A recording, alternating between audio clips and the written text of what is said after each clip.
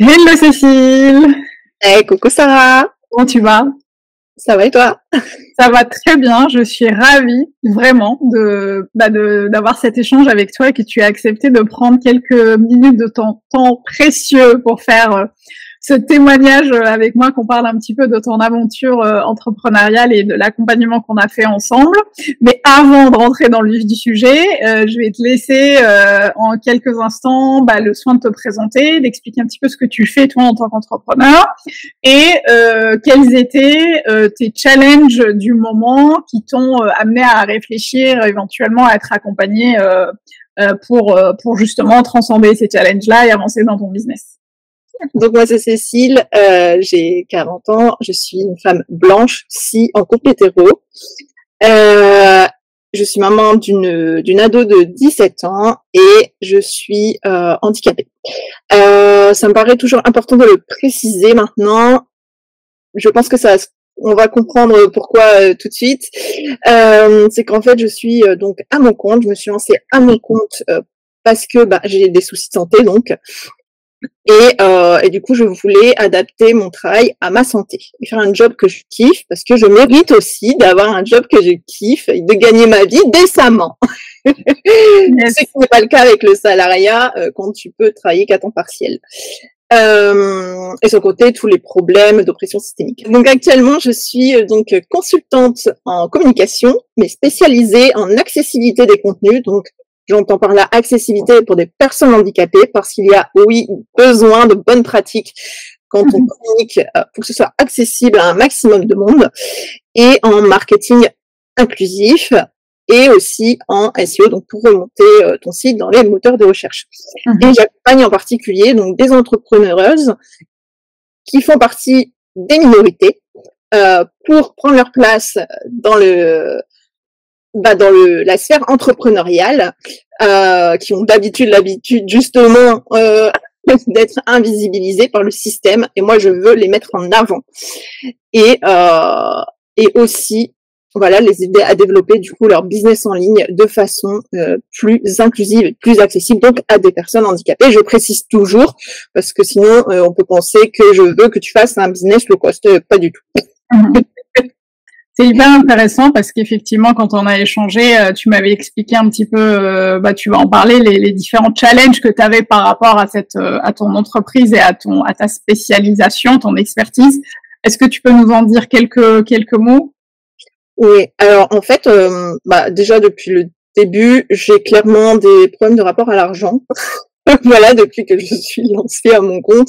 Et c'est vrai qu'en tant qu'entrepreneuse engagée, du coup, en plus, quand il y a ce côté accessibilité et où ça résonne pour beaucoup, accessible, c'est forcément pas cher. Et en même temps, quand on veut s'adresser à des personnes qui sont minorisées et qu'on sait qu'ils sont souvent en grande précarité, on a envie de faire des tarifs accessibles. Sauf qu'à un moment donné, ouais, mais c'est pas forcément rentable. Et non, rentable n'est pas un gros mot, ça tu m'as aidé aussi. Ah, Dieu merci vraiment de t'avoir mis sur ma route. Voilà, c'est pas un gros mot, c'est comme la stratégie, c'est absolument pas mal, c'est plutôt la façon de le faire qui peut l'être. Voilà, donc moi mon challenge c'était comment incarner en fait, rester une entrepreneuse engagée, mettre l'accessibilité, l'inclusivité toujours au cœur de mon activité. Et voilà, régler aussi mon problème de rapport à l'argent. Et j'ai voulu faire appel à toi en particulier parce que je sais que tu as une approche systémique dans tes accompagnements. Et c'est ça aussi qui m'a débloqué les derniers trucs qui bloquaient en fait depuis 2021 que je suis lancée en fait.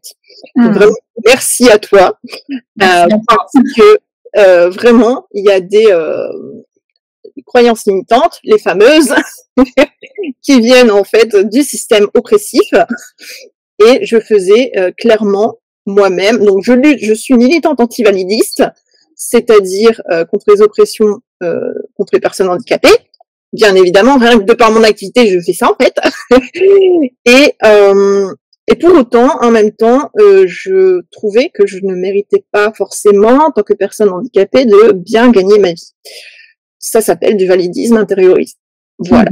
Donc, Oui, c'est vrai que c'est quelque chose qui est ressorti, en tout cas lors de notre accompagnement, parce que tu es venu me voir à la base pour travailler et sur ce que tu pouvais te raconter sur l'argent, sur voilà, si je suis engagée, politisée, accessible, je dois l'être dans mes tarifs, quitte à être, tu vois, être un petit peu, quitte à ce que ce soit compliqué et que ce soit pas rentable. Effectivement, rentable n'est pas un gros mot. Je dis tout le temps à mes clientes, quand vous créez des entreprises, c'est pour gagner de l'argent. Sinon, vous créez des assos. Vous faites du bénévolat. C'est vraiment, tu vois, c'est factuel et c'est logique. Si tu crées une entreprise et que tu veux, justement, dans ton cas, quitter le salariat pour avoir quelque chose qui vraiment colle parfaitement à ta propre écologie, à tes contraintes de santé, etc.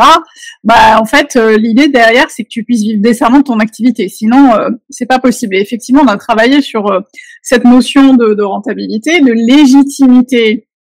Voilà, dans la sphère entrepreneuriale, dans ton expertise. Et d'ailleurs, je vous invite à aller voir je vous mettrai le lien, à aller voir le compte de Cécile parce que moi je la suis depuis quelques mois et elle m'a énormément ouvert les yeux sur le validisme et l'accessibilité, etc. Il y a des choses que je ne faisais pas forcément parce que j'ignorais des choses. Et elle m'a vachement aidé à justement transcender un certain nombre de choses. Donc, elle est vraiment experte dans son domaine. Et malgré ça, il y avait parfois des difficultés à dire ouais, est-ce que je pratique des prix justes, etc., etc. Effectivement, on a pas mal bossé là-dessus. Avec quoi toi tu es reparti de cet accompagnement? Eh bien, moi, je suis repartie avec non mais Cécile, tu dois incarner ta vision et montrer l'exemple en fait. C'est quand même mieux. Comme quand tu es parent et que tu es censé montrer l'exemple à tes enfants. Donc je suis repartie vraiment avec ça et avec le ok, là c'est pas possible en fait, je ne me respecte pas. Et je suis ma propre, j'ai envie de dire oppresseuse. Donc je quitte le salariat parce que je trouve ça oppressif, c'est pas adapté à moi. Et en fait, je prends le relais. C'est juste pas normal en fait. C'est hyper intéressant quand tu dis je suis ma propre oppresseuse. Je trouve ça très fort en fait. Oui. Ouais, donc t'es reparti avec justement le fait de lâcher prise, de virer l'oppresseuse, clairement, de dégager. Est-ce qu'il y a des choses que tu vois aujourd'hui différemment dans ton business ou que tu actionnes différemment?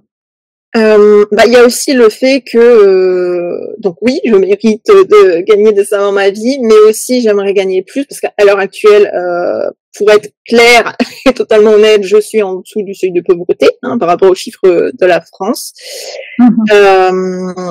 Et sauf que quand tu es engagé et que tu as envie d'aider, et comme là je vois passer plein de cagnottes, j'ai envie de donner à tout le monde. Et sauf que quand tu as déjà toi du mal à joindre les deux bouts, tu fais comment en fait? Et malheureusement, dans notre système actuel, nous avons besoin d'argent parce que l'argent est un pouvoir. Il ne doit pas être qu'aux riches. Et justement, comment on fait pour que la société soit plus équitable? Si ça doit passer par moi, ça passera par moi et je redistribuerai. Et en fait, c'est une motivation supplémentaire à gagner un peu plus. Et respecter mieux. Yes. Et à d'autres aussi de se respecter parce que je suis la première à dire à mes clientes quand elles me sortent des tarifs que je trouve low cost, mais non, mais même à toi, ça m'est arrivé. Donc, si je ne l'accepte pas pour les gens que j'apprécie, pourquoi je l'accepte pour moi? C'est pas normal. Ouais, c'est ça. C'est ça. Et puis, c'est ce que tu disais au début, être rentable, c'est pas un gros mot. Vouloir gagner de l'argent en tant que femme entrepreneur et encore plus en tant que femme racisée, c'est pas un gros mot parce que c'est quelque chose qui nous aide à faire des choses, en fait, à nous engager un peu plus, à donner, comme tu dis, à participer à ce qui se passe dans la société. Et clairement, on peut pas le faire sans ça. Et je suis ravie, du coup, que l'accompagnement t'ait servi à justement œuvrer un peu plus sur ces histoires par rapport à l'argent, et je sais qu'il en est découlé aussi pas mal de réflexions par rapport à ta stratégie, tes offres, etc. Si tu devais donner quelques tips à celles qui seraient intéressées par un coaching, un accompagnement, pas forcément par moi, je le dis tout le temps, c'est pas l'idée, c'est de faire rayonner l'accompagnement, parce que c'est un truc qui est vraiment important pour moi comment dirais-je, de rendre le coaching accessible avec un grand A, c'est-à-dire que les gens comprennent ce que c'est, parce qu'il a beaucoup souffert ces dernières années, parce qu'il y a eu beaucoup de charlatans aussi qui se sont emparés du sujet. Mais pour celles qui se diraient j'ai envie d'être accompagnée mais je sais pas trop, qu'est-ce que tu leur dirais à celles qui hésitent? Alors, ce que je conseille, c'est de suivre un minimum de temps la personne, vraiment.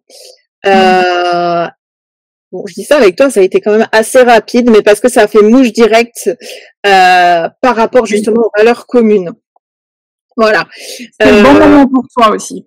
Moi, c'était indispensable pour moi, oui, que la personne ait une approche systémique, parce que je me doutais de toute façon pour moi qu'il y avait un truc qui allait pas à ce niveau-là. Et voilà, c'est important, vraiment, vraiment, quand vous choisissez une accompagnante, un accompagnant. Bon, je vais privilégier les femmes, les minorités de genre, mais voilà. C'est d'observer le comportement, les discours et ouais, les engagements, surtout quand vous cherchez, quand vous êtes vous-même une entrepreneuse, un entrepreneur engagé, que la personne colle vraiment à vos valeurs et qu'elle n'est pas juste dans sa bio entrepreneur engagé. Ouais. Et en vrai, ça se voit très rapidement quand même, parce que quand tu vas sur le compte et que tu vois aucune publication engagée, à part de temps en temps tu vois une story passer, voilà, il y a de fortes chances que ce soit du bullshit déjà. Et ouais, suivez votre cœur aussi. Et ne vous mettez pas en danger financièrement pour prendre un coaching, bien évidemment. Jamais. Jamais. C'est pas, en tout cas, s'il vous plaît. C'est ça. C'est pas le style de la maison. Je ne vous demanderai jamais d'aller faire un crédit pour, parce que, quand on veut, on peut. Non, quand on peut pas, on peut pas. Donc c'est pas le genre de la maison, mais effectivement, l'idée, c'est de suivre les personnes qui vous intéressent, regarder ce qu'elles font, poser des questions. Moi, je demande très souvent aux gens, venez me parler, ça ne coûte rien du tout, c'est gratuit. Je ne vais pas vous obliger à investir dans mon accompagnement. Venez, on discute. Au pire, on aura créé un super lien et au mieux, on travaillera peut-être ensemble aujourd'hui ou demain, dans quelques temps. Donc, je suis complètement alignée avec toi. C'est, prenez le temps, en fait, d'analyser, de regarder, de suivre votre cœur.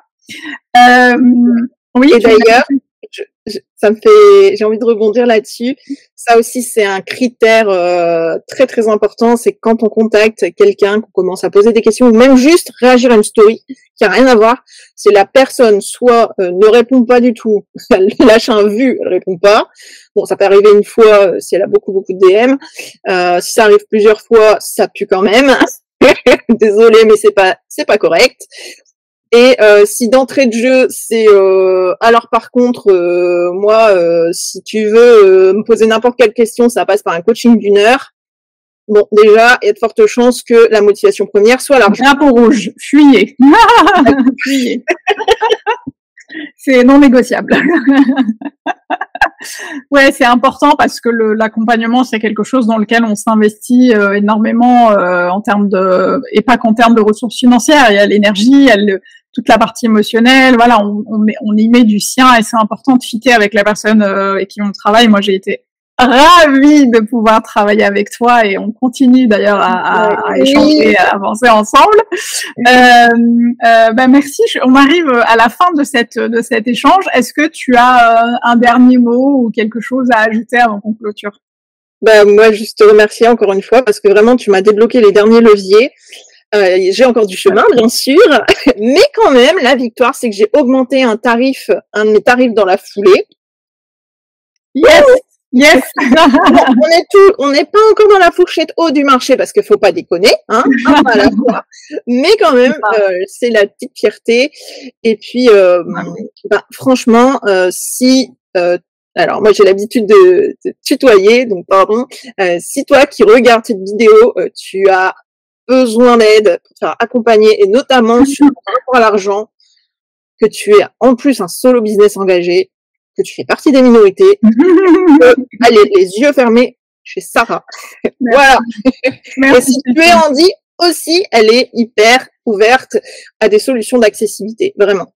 Merci beaucoup. Et effectivement, l'idée, c'est, tu l'as dit, d'avancer un pas à la fois, un jour à la fois, et de pas forcément. Moi, je ne promets absolument pas. Et d'ailleurs, tu l'as vu, je n'ai jamais rien promis de miraculeux ou de sensationnel, parce que je suis moi-même accompagnée, je suis coach professionnel certifié, je sais que les miracles n'existent pas en coaching, il y a beaucoup de choses qui se passent, il y a des prises de conscience, des déclics, mais ça infuse sur le long terme, et c'est ça qui est cool, et c'est ça qui est chouette quand on avance ensemble. Donc merci à toi. Et je voulais aussi ajouter un truc avant de clôturer, c'est que moi je suis là pour vous accompagner, mais c'est vous qui faites le taf. Donc c'est toi qui as fait le taf. Donc merci à toi d'avoir fait le taf. Moi j'étais là pour le doigt sur des trucs qui me encore. C'est ça. Moi je suis venue accompagner et essayer de poser les bonnes questions au bon moment, au bon endroit.